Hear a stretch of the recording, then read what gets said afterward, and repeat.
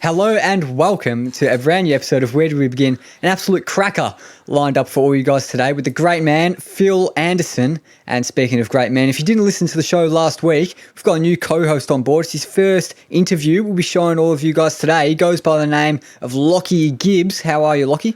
Thanks, Harper. I'll always be keen to jump on if you keep describing me as a great man. And look, this was a lot of fun. Due to the magic of show business, we actually recorded this a couple of weeks ago. So this was my first ever interview, and I was a little bit nervous. But then I guess just going in, like Phil was just such a nice guy. He's so easygoing. He's so personable, and he has an awesome story that I didn't know too much about before. But I can tell the listeners are going to really enjoy. He's a really funny guy, and I just can't wait for everybody to hear it. Yeah, it's a pretty long interview, so we've actually split into two parts, but both parts just amazing stories, some really funny stories. Phil is a pretty hilarious guy when he really gets into it. So yeah, should we just get straight into it now, Lockie? Let's dive in.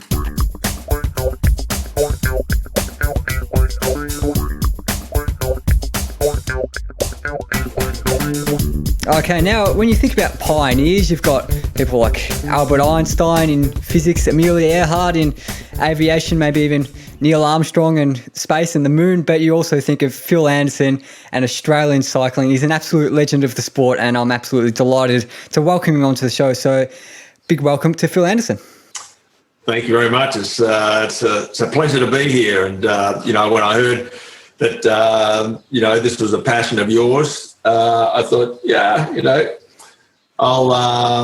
I'll give it a crack, and I'm happy to be here, and hopefully we can give something for your listeners to chat about. Thank you so much, Phil, for coming on. As we were discussing before, this might be a bit unorthodox. This is my first time on the podcast, so the guest might have to guide the host through its stages. I hope that's okay. Yeah, Lockie, obviously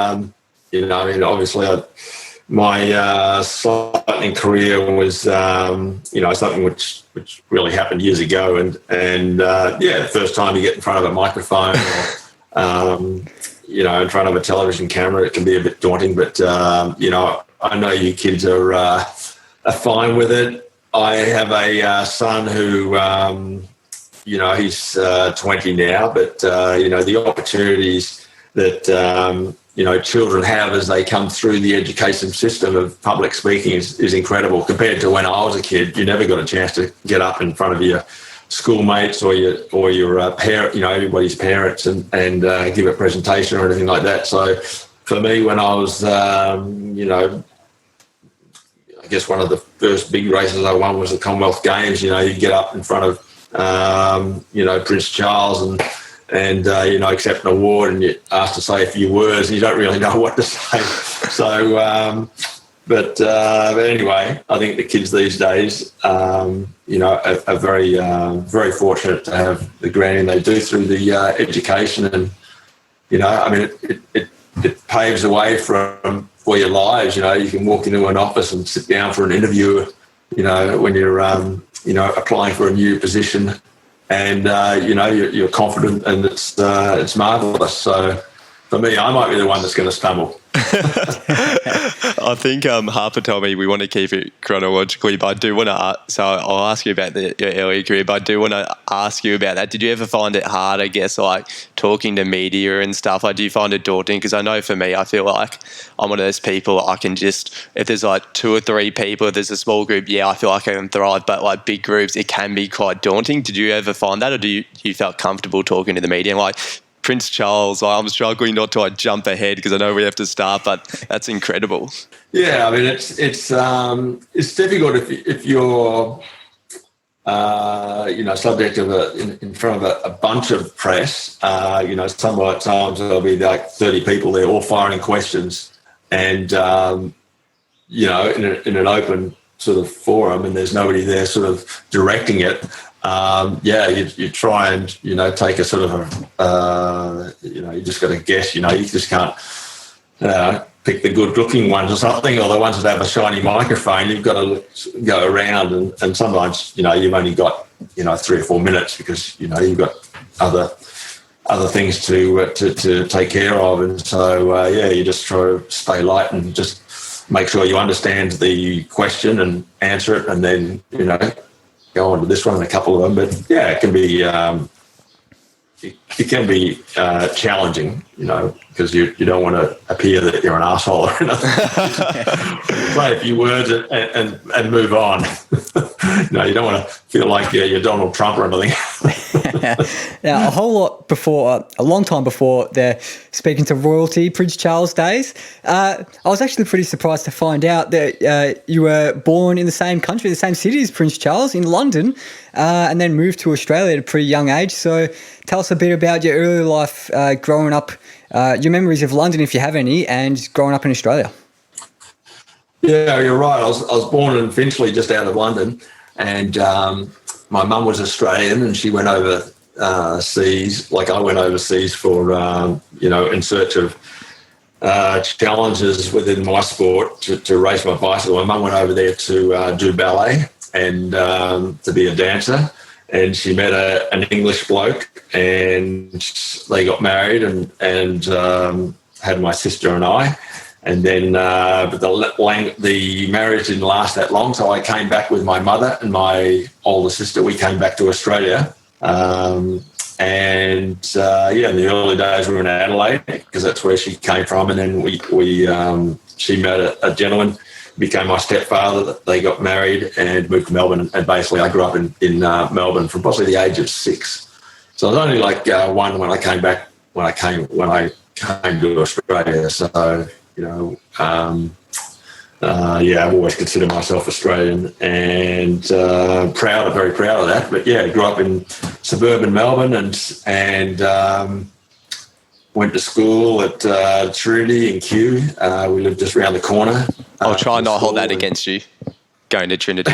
I went to Peninsula, so fierce rivalry with okay. So, yeah. I remember inter-schools coming out because, going through school there, everybody plays footy and cricket. But, I was more into the endurance sport. I was more into cross-country running and swimming and stuff like that. But I remember coming down Peninsula there and kicking ass in some of the cross-country event. but yeah, it was, I really enjoyed my time at Trinity, but wasn't until about, I was 16 when I began racing, so I would have been in year 10. So what sparked that? So I would have been 15, and, I was, at that stage, I was doing quite a bit of hiking. We had a hiking club at school, and so we'd go out and do weekends up in the high country near where I've been recently. We're all over sort of the east coast of Australia, and I never went to Tassie, but yeah, all over Victoria. So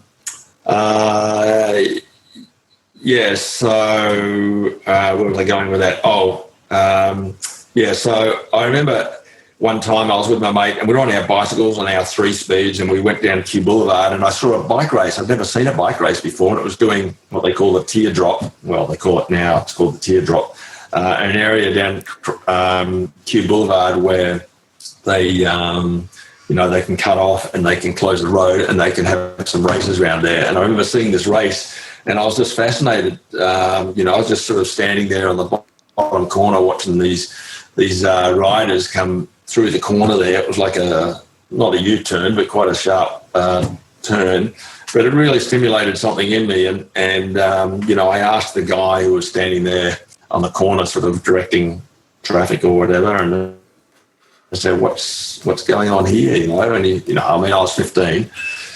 And this old crusty bloke said, oh, yeah, this is bike racing, and, we have races here once a month, and, you can come down here any day of the week, and there can be other races, and, this is a circuit race, and these are the seniors at the moment and the juniors, and he said, oh, guys my age, they'll be going to be in the next race. So I spent maybe, half an hour there watching these guys just coming around this one corner, and as I was leaving, he said, if you want to know any more information, drop down to the local bike shop and they'll be able to fill you in the details about clubs and stuff like that. So the next week I went down to the local bike shop in Glenferrie Road, down to Laurentius, and he said, oh, yeah, there's the Hawthorn Club if you want to some information. He gave me a brochure and So I ended up going down to a club meeting, which is a bit daunting when you just walk into a club room, something which I didn't know anything about bike racing. I didn't know about the Tour de France or anything like that. So I just went in there and didn't know about the Tour de France and went on to be very successful in it. Yeah, because a lot of people get into a sport, through family or friends, but I didn't know anybody that was a bike racer. I'd never met a bike racer. The only person I'd ever spoken to was that guy on that corner, that bike race. But so that's sort of where the journey started, just by joining the Hawthorn Club, and obviously I had to upgrade from my 3-speed. So, but the club helped me, and I slowly put together a bike of bits and pieces, and so this is in the 70s. So back then, it's not like you go into a bike shop and buy a racing bike. Like, bike racing wasn't very popular. It was like sort of car racing. If you want to race a car now, especially, like Formula One, or maybe not quite Formula One, but, Formula Ford or something, you can't just go into a car dealership and buy a race car. So you have to, back then, you had to piece them together, so you get a frame from here, you get a set of wheels from there, and it all second-hand bits and pieces. Yeah. And slowly but surely got a bike together, and something which I could race. And within maybe a couple of months, I guess it probably took me to a couple of months of joining the club, I roll up to my first race. So I was. How were you feeling? Were you nervous? I had no idea what to do. I mean, in those few weeks leading in, I went for a ride with some of the younger guys. I mean, guys my age, actually younger than me, and we went for a ride up to. I went for a ride up to the Dandenongs, actually. So I met them in Hawthorn, and we rode. I'd never been for a ride that length before, so we rode out, I don't know, Burwood Road or somewhere.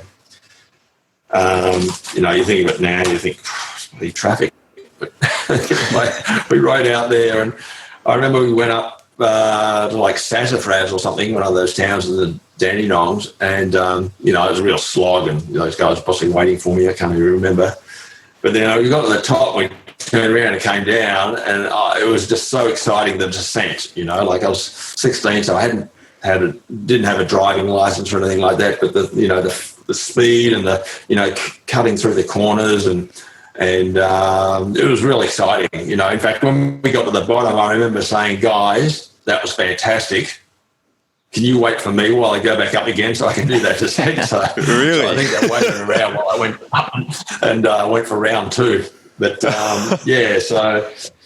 had the first race. It would have been sort of down the peninsula way, actually. It would have been down at Berwick or somewhere down that way, Cranbourne or somewhere. So, not on the coast, but back then. Down southeast suburbs, Yeah. Now the suburbs, back then there was a bit of a green belt between metropolitan Melbourne and that area. And but I can remember we used to have the races we had. They were called handicaps back then, and they still have them. And there's a reason that they have them. So the slow riders, the young riders, or the novices, or the old guys, or the non-fast guys go off first. So were you competing in all, sorry to interrupt, were you competing in like age groups then, or were you all riding together, so you'd be riding against men? We're all riding together, yeah. How was that, racing against men? Together, I guess, so it was a club race or an inter-club race, so it was Hawthorn, maybe Carnegie, and I don't know, Blackburn and Chelsea's got a club, so there were maybe, 60 guys and girls, well, I didn't know any girls racing back then, but anyway, 60 persons racing, and because I was the newbie, I went off alone. And they said, I don't know where I'm going. Just go down to the first corner. There'll be somebody standing there that'll direct you. And I thought, it's going to be really, really tough to learn. It's going to be tough to learn anything here. Anyway, so I headed off, and we had I don't know, it was maybe like a 60k race or 80k race or something, and. So I headed off and kept looking over my shoulder, and there's still nobody in sight, and I'm pedaling away, and I think it was a number of laps I think maybe 15K laps, which you have to do 5 times or something. So we get round, I get round, and nobody in sight other than those, every 10Ks you come to somebody, with a flag telling you to go this way. And I thought, geez, I might win this race, like all day. I've only got 1 lap to go. I'm like past the start finish line, and there wasn't a crowd really. And then about, I don't know, maybe 5Ks to go, I could hear something, sort of whirring sound. I sort of looked over my shoulder, and there's a wall of riders coming past. Oh, no. The idea for a handicap is that, by the time you get to the line, everybody's together, because they stagger it. It wasn't like me against the rest. It was like me, and then maybe 3 minutes behind there were maybe 2 guys riding, and then 3 guys behind that. There'll be, and eventually you get to the really fast guys who maybe start 15 or 20 minutes behind. But anyway, there's a wall of riders. I went straight past anyway. So I, by the time I got to the finish, possibly like 10 or 15 minutes later, I don't think the referee or the judge had even seen me come over the line because I was starting to pack up and go home. Anyway, so my first race was not eventful. So, and for the first few rides, just race on the weekends, it was pretty much like that. I just start off alone every time because I was the last guy in the last race, so they give me a bit more time. But anyway, but eventually, the president of the Hawthorn Club came up to me and started giving me a few pearls of wisdom and told me a little bit about, starting to train a little bit and, things to do to improve my bike and, how to shelter from other riders. And, I think they put me in a group instead of going off by myself every time in the races. I'll be with a group. And, then I automatically started improving and started doing better and finishing with the race with the bunch. And, wouldn't be the last rider every time. But, yeah, it was possibly a year before I, got a place or anything like that, or I got on a podium. But anyway, yeah, it was just a matter of time before I, got some better results and, won a time trial. I remember an individual time trial when I was 17. It was a Victorian time trial championship, and I remember the president of the club took me out there, because my parents. My mum and stepfather, I mean, they were happy that I found something which I enjoyed doing, but, they didn't take me to the races. I'd always get a ride with somebody else from the club. And so this particular day, Ted Sanders, the president, took me out to the race, and it was my first time trial. And he says, Phil, you've done a few of these handicaps and stuff, but a time trial's different. Well, it wasn't that much different because you're riding by yourself, which I was quite used to. But he said, the thing about a time trial is you just got to concentrate. You've just got to concentrate. Don't worry about, what's going on after the race or tomorrow or, whether your girlfriend's at the finish or anything like that. Just concentrate on putting the effort, through the bike, into the road, and just, every second, every second counts. It's a time trial. So, off I went. I think I was like one of the first riders off in that time trial, so it was nothing new. I just kept remembering Ted's words, concentrate, it's like 20 kilometres or 25 kilometres and just like, against the clock. So, eventually got the end and, obviously I had the fastest time because I was one of the first riders off, and there was maybe, 25, 30 riders there. And, there was 10 riders to go, to come in, and I still had the fastest time. I was like in the hot seat, if there was such a thing back then. 3 riders to go, so I knew I was going to at least finish 4th. And, eventually, last year's champion came in, and I beaten him by 1 second over 20, 25 kilometres. So I won the, would have been like the 76, would have been about the 76 Victorian Junior Time Trial Championship. Like out of Balan or somewhere like that. Yeah. Northern suburbs. But yeah, so That gave me confidence. And, from then, I think I got into the Victorian team and then went to New Zealand to do an event over there, a Dulux tour. It was just like a week-long tour of the North Island. I was still under 18. It was it was an open event, and I won it. And it was the first time a non-New Zealander had won it. Like, it's not an international event, it's sort of an Australasian or a sort of Oceanus type event. But it had always been Kiwis that had won it. So, and I was young. I was only 17 at the time. And so that was great, and little things like that, little steps like that just gives you confidence. And then, then I got into the Australian team, but it was a senior team, and that went to the Commonwealth Games. And then, I got a Commonwealth Game gold medal in Edmonton. And then I think I was 18, still pretty young. And, 19 I would have been, 19. And that's where I met Charles. I'm watching The Crown at the moment, actually. That's why I didn't really, it wasn't all that significant at the time. But, I met Charles, and then had an invitation after getting the Commonwealth gold medal, had an invitation to join a club in Paris. So it's a big step going from, the Hawthorn club to joining a club. It was just an amateur club, like an athletic club in suburban Paris, Boulogne-Billancourt, which is just a suburb of Paris, and they have a sporting club, just like in Melbourne. You have different athletic clubs and all sorts of things like that. Yeah. On this club, they had, swimming, tennis, cycling was one of those sports. So I had an invitation to join that through a connection here in Melbourne. So, and, once I got to Europe, they had an apartment in Paris for me, and a bike and clothing, obviously team clothing. And, from there, as an amateur, I had a really good year.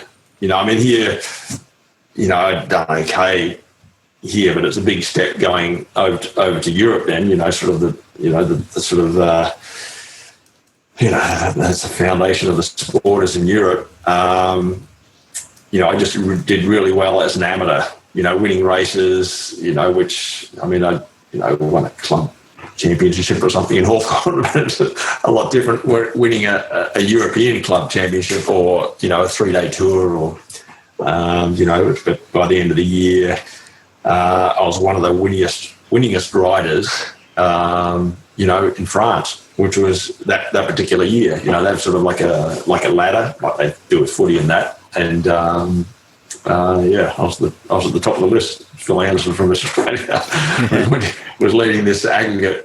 And so myself and another guy on the team, Robert Miller, he's Scottish. We both, he did really well as well. And we both ended up signing for the Peugeot team, which is a professional team for the next year. So, I guess that invitation to go over there and join that club as an amateur was really really a stepping point to go to the Olympics, because I'd sort of done the Commonwealth Games thing, and the next step after that was the Olympics. And so I thought, going over and riding this year as an amateur, in the real world in France would give me a lot of experience and preparation going to into the Olympics. But when I got over there, I just saw it as a whole other world, because when you turn pro as a cyclist back then, you basically forfeit representing your country at the Olympics. So I had to make that choice,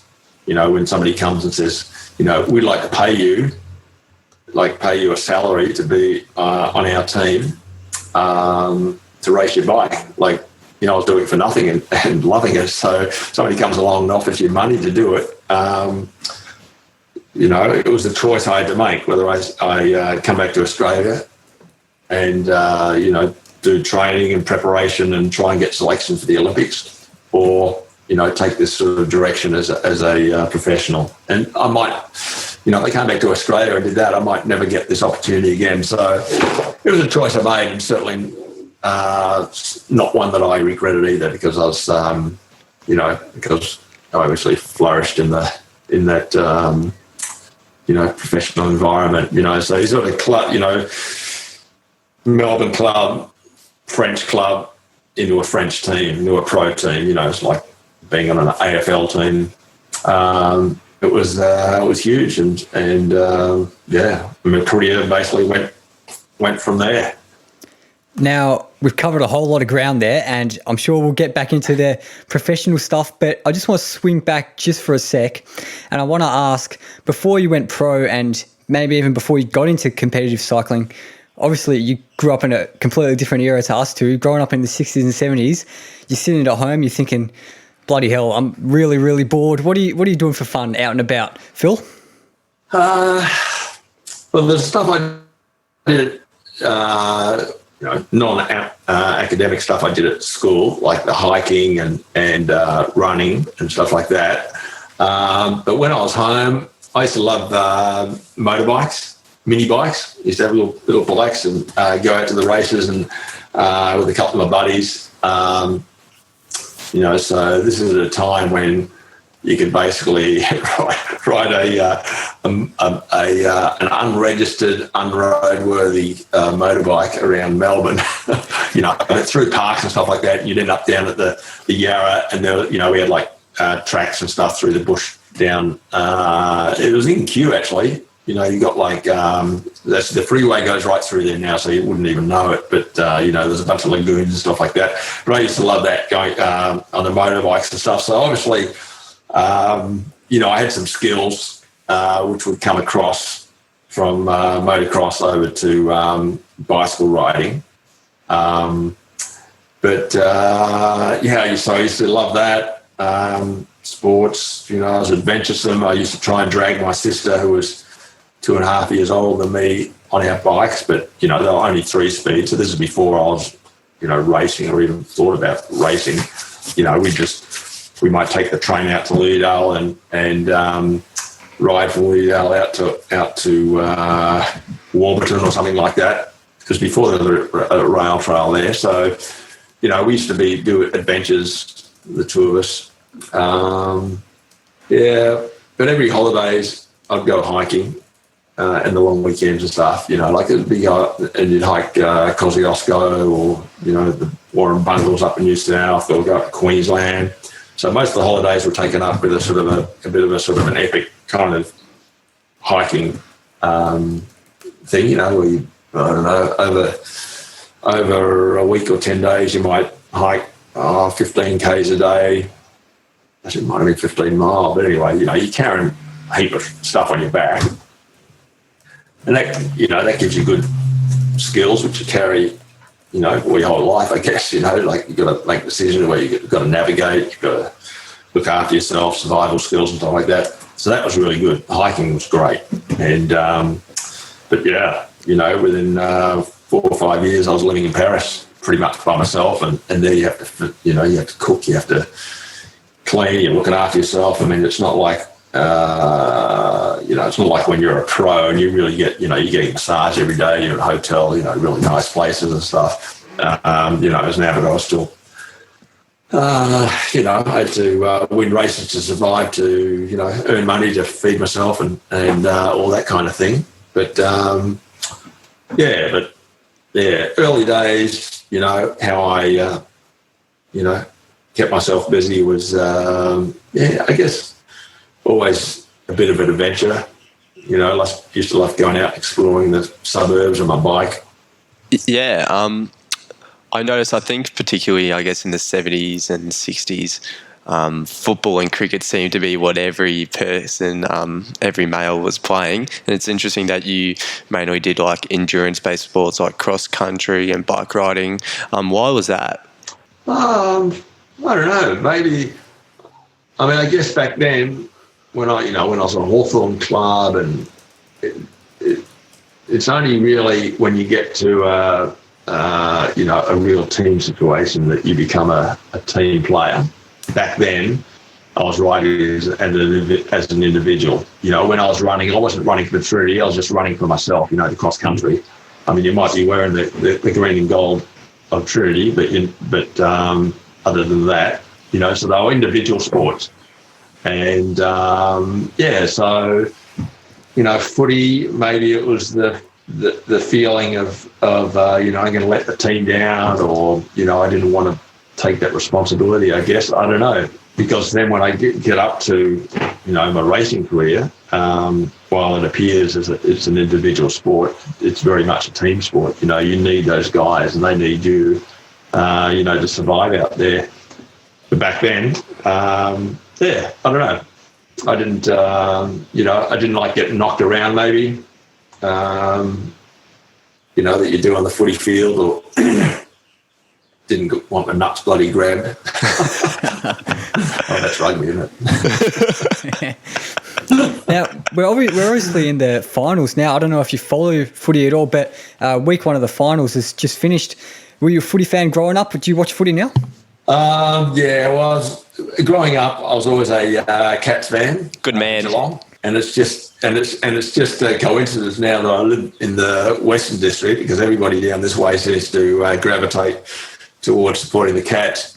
And that was possibly because of my stepfather, Uncle Alec. He was a big Cat supporter, and I guess his family was always based in the Western District too, down in Geelong. So always a Cats fan, I guess. Never really wandered from that. But I've been to a few matches. Only a couple of times a year, not even that. But they've had some good years in the last. Not so much last couple. Well, they've had some good games, some great results in the last decade. Yeah. Yeah, so I think we touched on the Commonwealth Games before, but I'd like to go a bit more into that race, because being a Commonwealth gold medalist, was it 19? Yes. Were you 19 years old when you won? That's phenomenal. I'm 21. I can't even comprehend achieving something like that. How were you feeling, I guess, going into the race, being so young? And I guess, were you one of the favourites to win, or was it a bit of a surprise, do you think? At the time, we'd done some racing in a little bit of, we left Australia. There was 4 riders, 4 road riders. And we went, the 4 of us. I think we had like a manager. I don't think we had a mechanic, but we had a manager, and we went to America first. And I'd never been to America before. We went there to do a 5 or 6 day race there in Colorado, and that was fantastic. I loved America. I still love America, but it was my first time.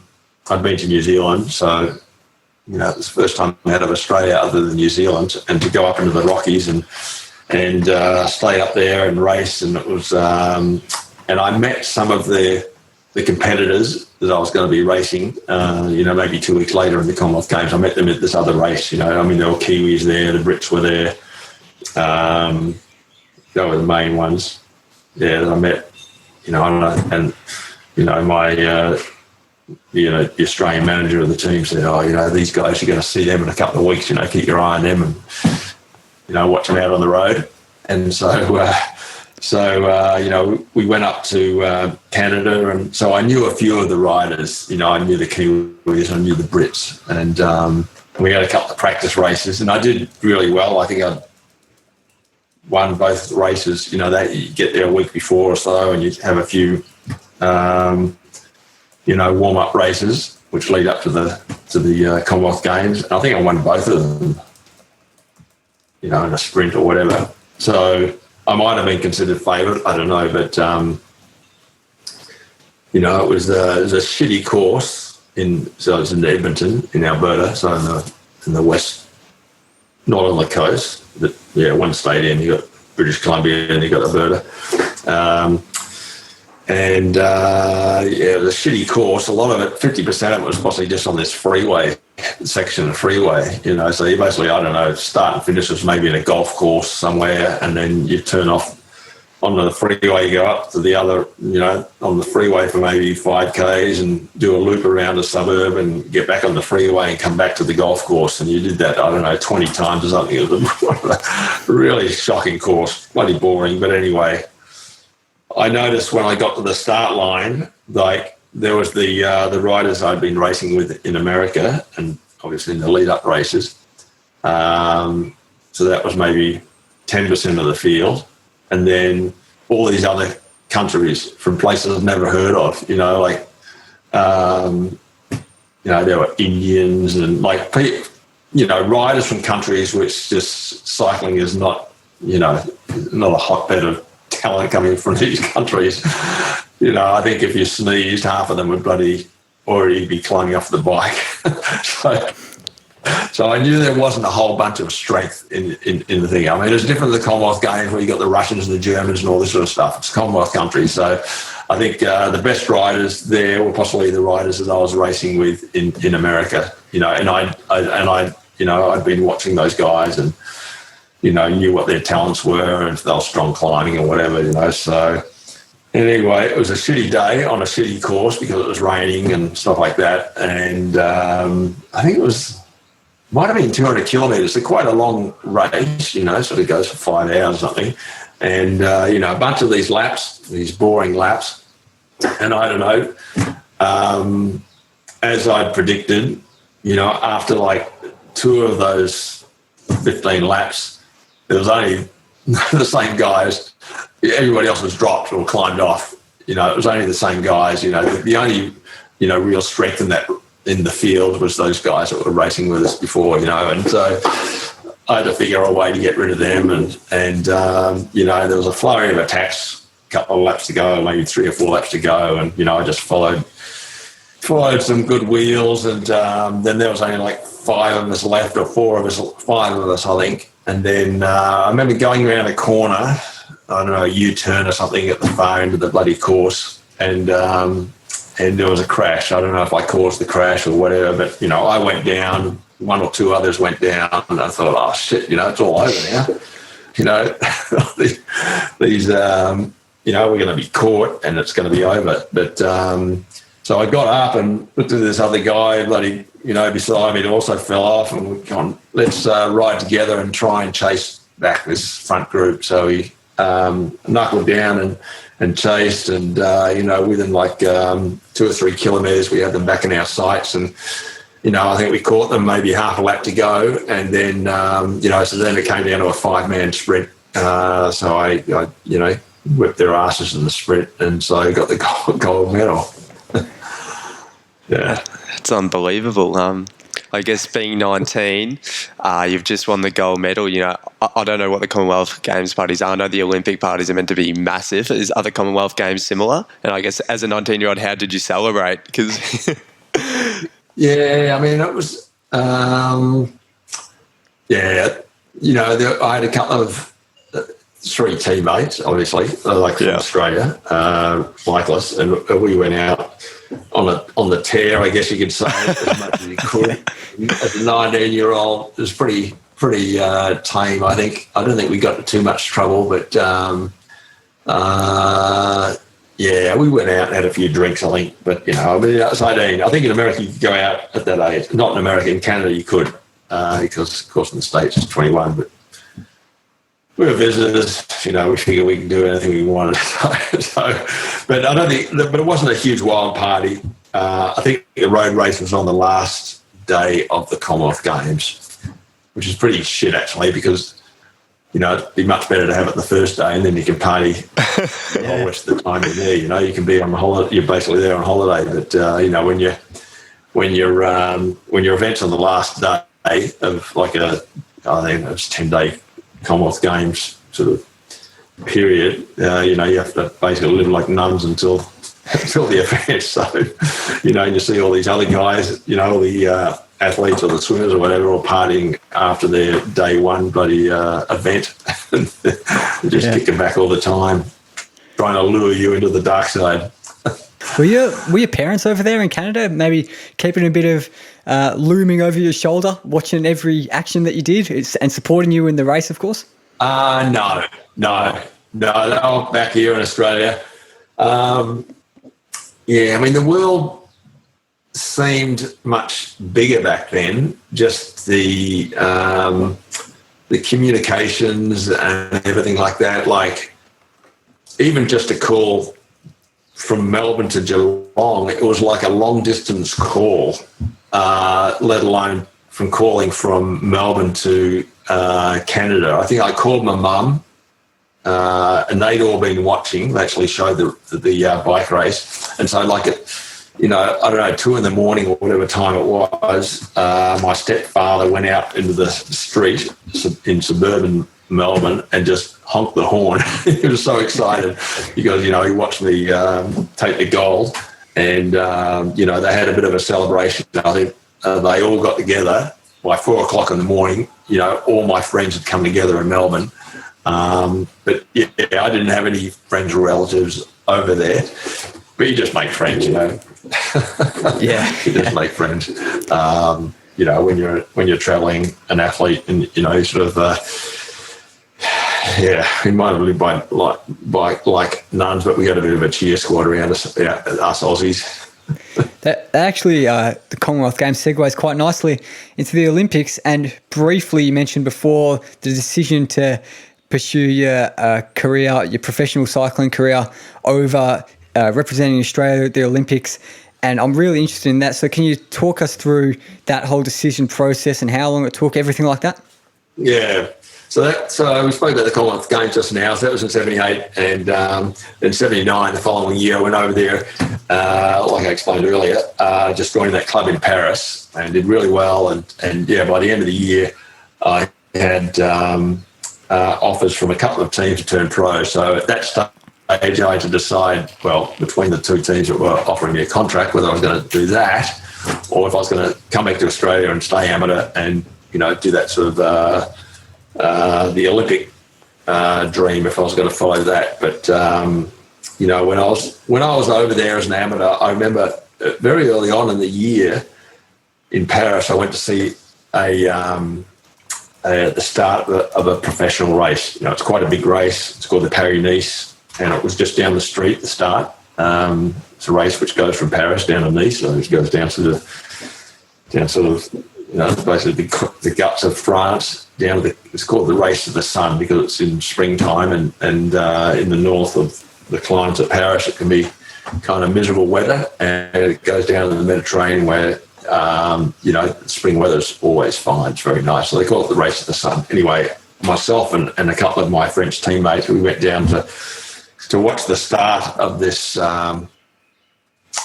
1 week race, this professional race. And I didn't know anything about professional racing. Like I was doing the amateur thing, and I grew up in Australia where it was all about the amateurs and representing your country. And, there were some pros in Australia and the races in Australia was the Sun Tour and, the Melbourne to Warrnambool, they were professional races, but going down the street and seeing the start of this Paris-Nice race was a far cry from seeing the Sun Tour. It was huge, there was huge crowds, and the riders were you could see hundreds of people around a rider, and everybody trying to get photographs or get autographs, or cameras there and helicopters hovering over the top. It was a lot different than anything I'd ever seen in Australia. And, for me, I hadn't never really seen the Olympic Games or anything like this. And so all year you're sort of surrounded by this sport. By the end of the year, I'd done very well, and I had, teams approaching me, whether I'd like to sign and become a part of the sort of the inner sanctum of the sport, which is, it's a bit like, a kid in Melbourne being, on a club footy team or, school footy team and being headhunted out by an AFL team and, come over to sign up.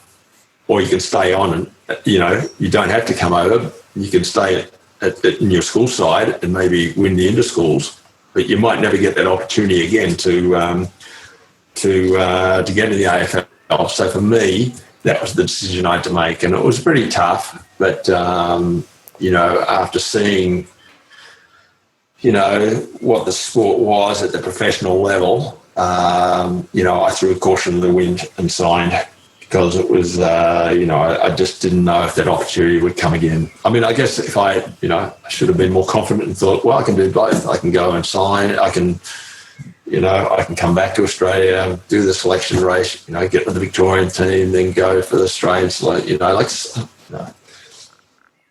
Yeah, for me, it was an easy choice. I just ended up signing for the Peugeot team, and I was there for 4 years with the Peugeot team,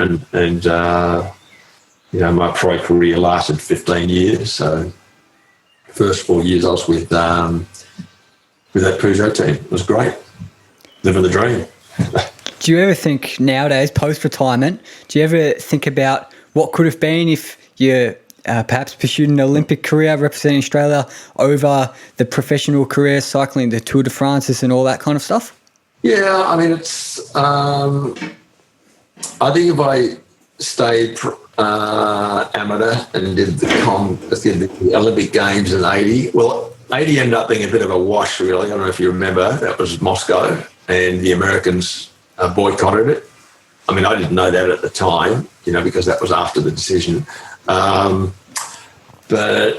now, like, in 2020, and I think the first Olympics where the pros were allowed to ride was Atlanta, so 96. So by 96, it changed and it became open. So all riders, it wasn't just amateurs. Okay, so there was a sort of a change in the administration or the categories of riders within the sport, and it would have been in about 94, because I ended up doing the Commonwealth Games a second time, where I got another gold medal right at the end of my career, because the Commonwealth, like the Olympics, opened up to where pros could do it. In the first year they allowed that was 94, which was my final year. So, yes, I think it would have been nice. It would have been nice, even if, I certainly wasn't going to stay racing for 2 more years to do Atlanta, which was 96. But, it would have been nice to do that. But, you can't have everything. I feel I was very fortunate in my career, and I don't have any regrets. And one of those regrets would not be, doing the Olympics. I think, there was a natural progression and through my career, and I made the choice and I didn't look back. But in hindsight, you look back and you see the benefits. And it's possibly more commercial, I guess, in a post-athletic career. If you've been an Olympian or got an Olympic medal, there can be benefits which I don't that I missed out on, let's say. But it's not something I'm it's not something I'm losing sleep about. And it's unfortunately that was the era. And, I'm fine with it.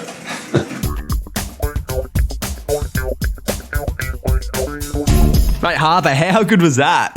Oh, mate, Lockie, very, very good indeed. Phil Anderson, what a guy, eh? Mate, he is awesome. He sure knows how to spin a yarn. I can't wait for part 2. I hope everybody can stick around for that. Yeah, some weird and funny and interesting stories, including something Phil did on Lance Armstrong, which is a bit of a weird one because, of course, he was teammates with Lance Armstrong, and some more great stories all in part 2. Go listen.